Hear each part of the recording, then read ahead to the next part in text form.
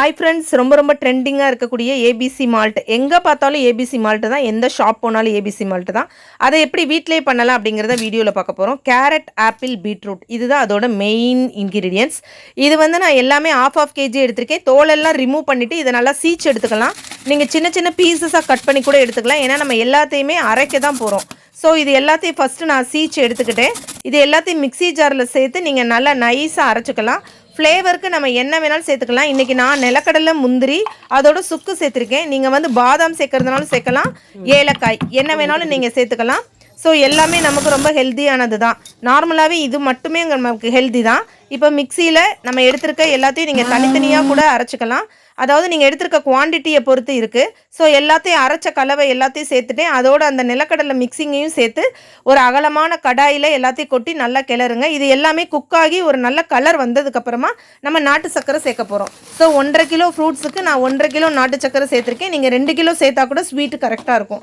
So இது எல்லாத்தையும் நீங்கள் நல்லா கிளறுங்க. அது தண்ணி விட்டு நல்லா கிளறி ஓரளவுக்கு சுண்டி வரும்போது நல்லா கொதிக்க ஆரம்பிக்கும். அப்போ கொதிக்கும் போது உங்களுக்கு நான் மேலெல்லாம் ஃபுல்லாமே தெரிச்சிடும், கை எல்லாமே தெரிக்கும். ஸோ அதுக்காக தான் நம்ம பிளேட் போட்டு மூடுறோம். பிளேட் போட்டு மூடிட்டு நீங்கள் அந்த கரண்டியை மட்டும் விட்டு கைவிடாமல் கிளறிட்டே இருங்க. ஒரு காலகட்டத்தில் அது வந்து கரெக்டாக வந்து உங்களுக்கு மிக்ஸ் ஆகி அல்வா பதத்துக்கு இந்த மாதிரி வரும்போது இறக்க சொல்லி தான் நான் எல்லா வீடியோஸ் என் ஃப்ரெண்ட்ஸ் எல்லாருமே சொன்னாங்க.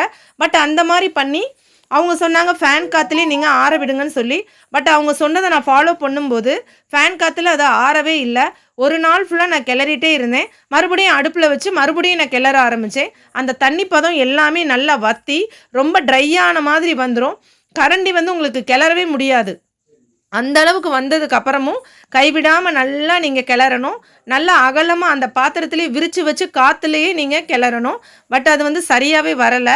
எனக்கு கான்ஃபிடென்ட் லெவலே போச்சு. நம்மளால் ஏபிசி மால்ட்டு பண்ண முடியுமான்னு சொல்லி வீட்டில் உள்ளவங்களும் என்னை திட்ட ஆரம்பிச்சிட்டாங்க. எதுக்கு இவ்வளோ நேரம் ஸ்பெண்ட் பண்ணி பண்ணுற, அது வந்து ஏபிசி மால்ட்டே வரலை, உனக்கு பண்ண தெரியல அப்படின்னாங்க.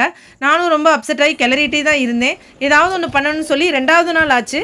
2வது நாள் வரை நான் அதை அப்படியே விரிச்சே தான் வச்சுருந்தேன். ஃபேனை நைட்டு ஃபுல்லாக ஓட விட்டுட்டும் இருந்தேன். பட் அது காயவே இல்லை. 3rd டே அன்னைக்கு பார்த்தீங்கன்னா ஓரளவுக்கு காஞ்சு ரொம்ப கட்டிப்பட்டதுக்கு அப்புறம் தான் எனக்கு ஒரு ஐடியா வந்துச்சு.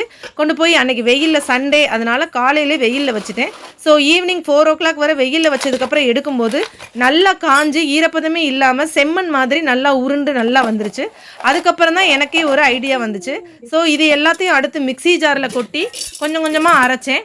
அரைச்சதுக்கப்புறம் சூப்பராக ஏபிசி மால்ட் கிடச்சிருச்சு. இது எல்லாத்தையும் சலிச்சு எடுத்துட்டு திரும்ப அந்த கிடைச்ச கப்பையும் மறுபடியும் நான் மிக்சியில் போட்டு அரைச்சேன்.